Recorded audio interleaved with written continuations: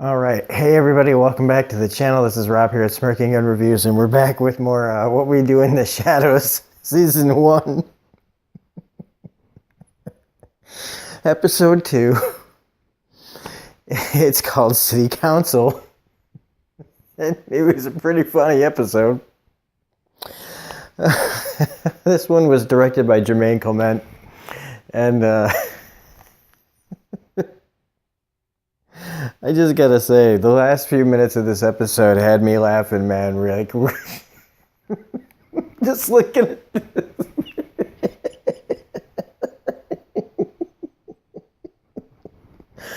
Oh my god, so full spoilers if you haven't seen this episode. Because if you understand the context of that is just so fantastic. So, in this episode, you know, they're kind of stalking the virgin LARPers, but they get too sad to eat them because the LARPers are so pathetic that they don't want to eat them. Except that Nadia becomes kind of attached to the one girl, and so she starts, like, you know, telling her, you know, like, hey, you know, you can do better than these people. You know, one day you're gonna be, you know, shitting on their graves. So you kind of know where this is headed, but it's still pretty funny. Meanwhile, they have a meeting in their house because now that the Baron has told them that they got to take over Staten Island, you know, they're having like their secret meeting so that Colin can't come to the meetings. Except he overhears them anyway. And man, he calls them out on their shit. It is great.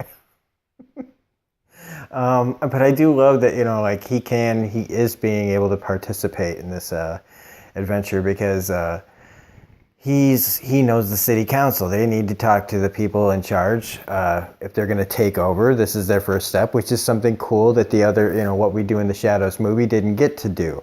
It's kind of see the bigger world.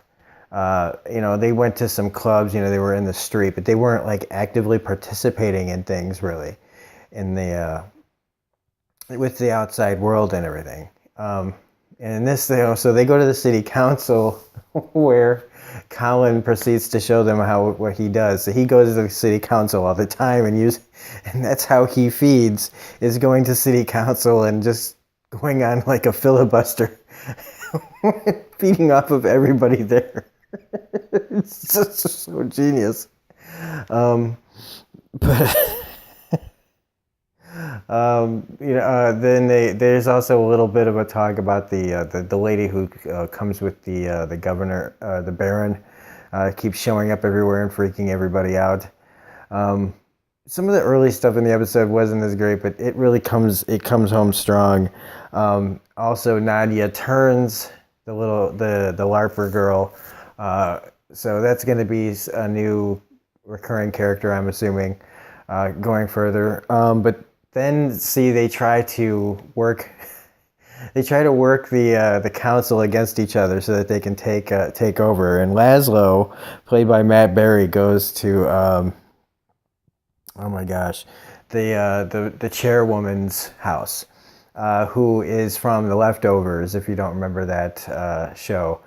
And he proceeds to like warn her about stuff. And she's just like, it's creepy because there's a baby there and he's just talking some nonsense. And so she finally says what she wants and he takes it seriously. She's just being like, oh, you know, something that needs to get taken care of. She says there's too many raccoons. And so he like tries to take care of the raccoon situation. He ends up getting like a Pied Piper flute out and bringing all the raccoons together. And the next day, you just see this pile of dead raccoons outside the council lady's house. It's just freaking hilarious. But then Nandor, he goes back to the city council, and this time he actually talks, except before he went in there, he hypnotized one of the council people, Doug Peterson, I believe his name is, yeah. And he had this thing where he's talking through the ether, and like Guillermo walks in through this really awkward thing. But it's cool how they're showing the different kinds of powers that they can do. So he's like sitting in his couch and he's talking to this guy, and like whoever, wherever he is, and can control him. And so at the city council, he just goes off on the council telling him, what they need. And then Doug Peterson jumps in and just starts freaking out, calling people a bitch, and you better like prepare for the coming of the overlords and stuff. It's just really funny.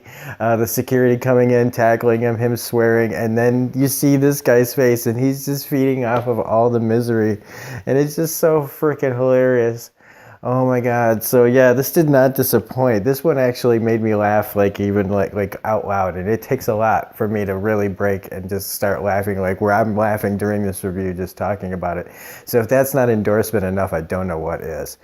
If I've missed anything else, there's little ins and outs, but you don't want to hear me just repeat all the jokes to you. So anyway, that's it. That's this review. I can't wait to keep going.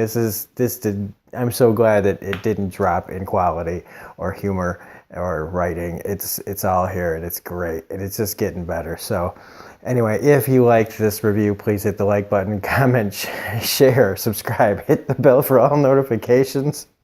I gotta get that guy on a t-shirt, man. So anyway, this is Rob at Smirking Gun Review saying have a great night, and we will see you next time. Bye.